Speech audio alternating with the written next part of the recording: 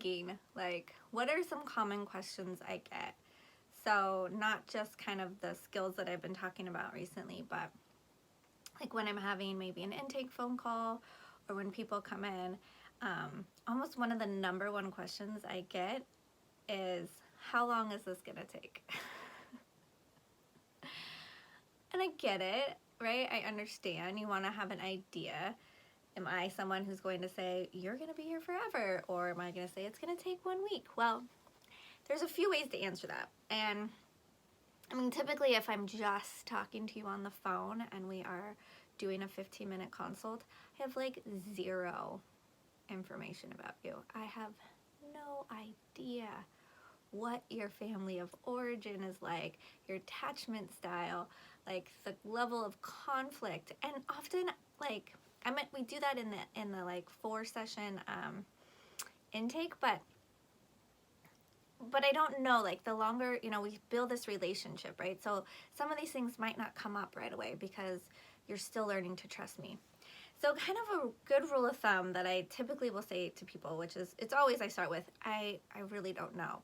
But that is why I like the way that the Gottman method sets up and kind of helps the therapist to use the method, those first 4 sessions, because we're getting a ton of information and we're doing it in a very specific order and asking pretty specific questions to find out the information we think we need to really understand and then like draw out a roadmap, right? Like otherwise I'm just like, well, I don't know, I'm just throwing stuff, like maybe it's this, and that doesn't help. So when I do it that way and we have the questionnaire and I can really say, okay, this is where they're struggling and how long have they been struggling, then I have a much better idea about how long it's going to take.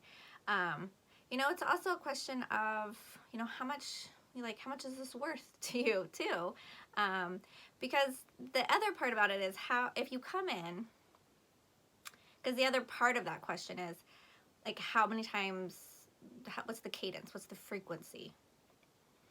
And, if you come in once a month and we've like literally just met, like you could be with me for years because you're not making much progress. You're coming in once a month. Like if you don't talk about the session outside of the session, you don't work on anything, you're not going to be making a lot of progress. So my personal, favorite way to work with couples is doing longer sessions. And so I feel like because a lot of times seeing people weekly is hard on leaving work because I work in the day hours. So doing 2-hour sessions like every 3 weeks I think is ideal. And that's because we can get somewhere and then we can stay there for a while. We can actually like get to an issue and then sit in that issue for some time and really try to process it and think about and plan for better before I send you back out into the world, which those hour sessions, that often happens. So, if you can't come in 2 hours and you are someone who can come in weekly, I highly recommend coming in weekly, especially in the beginning. Because it's important to start to really make some movement and like build upon the session before that you were in. If you wait longer than that, I have found that we are often playing catch up. People don't remember. They're kind of like, I don't know what happened. Because also when you have conflict and you're flooded, like again, the brain's like the inability to be creative and problem solve and also to completely remember like what happened. So many people are like, I don't need to remember what that was about. And as they start talking, they often can kind of like pull it out of their memory.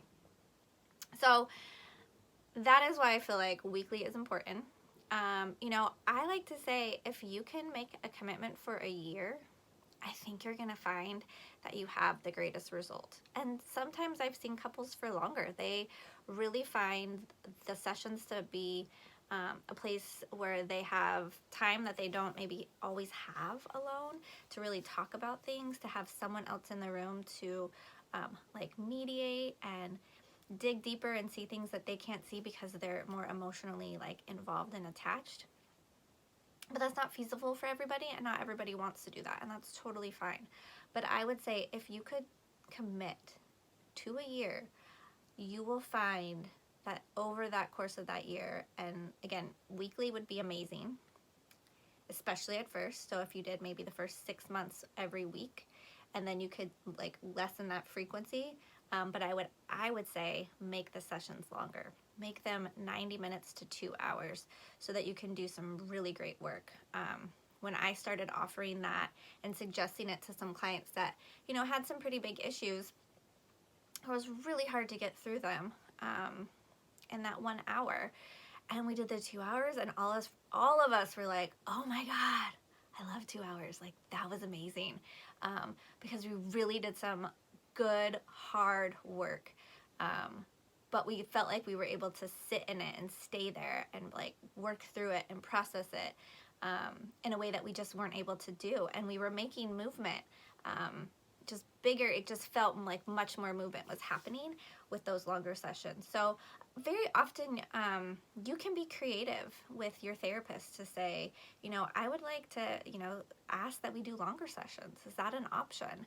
And maybe do them less frequent as well. I mean, your therapist also has a schedule to like kind of hold and keep, and if they want to be able to like, well, I need you to be in these certain time frames because they do have other people, then that's something you have to kind of work with and plan around. I try to be just really creative in how we work together because I have been doing this a while, and I have found for sure like it's really hard for me to see a client once a month, like for an hour. Unless it's, unless I've been seeing you for a while and you're using the tools and it's like a good checkup for you, and that's just something you want to kind of keep doing so that you have like accountability, and a big issue might come up, and for me, my door is always open, and if you stop coming in for whatever reason and then you want to come back, like absolutely, as long as I have an opening, I'd love to have you back, because it's often like a new transition is happening, something hard in your life. Maybe you're having a baby, maybe you lost a job, maybe your kids are going off to college, and you've done the therapies and you know me and you trust me, and so I kind of like to follow people through that. I had a couple who came in like kind of premarital, like they weren't engaged yet, and then they came in for premarital, and then they came in kind of after they got married, and then they came in when she was pregnant. And so I've really been able to follow kind of all these transitions in their life, and it has been incredible. And they've fared really well because, one, they recognize when they start to get a little like crunchy and are starting to see these issues, like, why don't we just call Beth? Like, just that easy, instead of sitting with it and holding it, which is what a lot of people do, because they feel like, oh, this will just get better with time, and like it just doesn't. So that's the answer to that question that you've been really dying to know.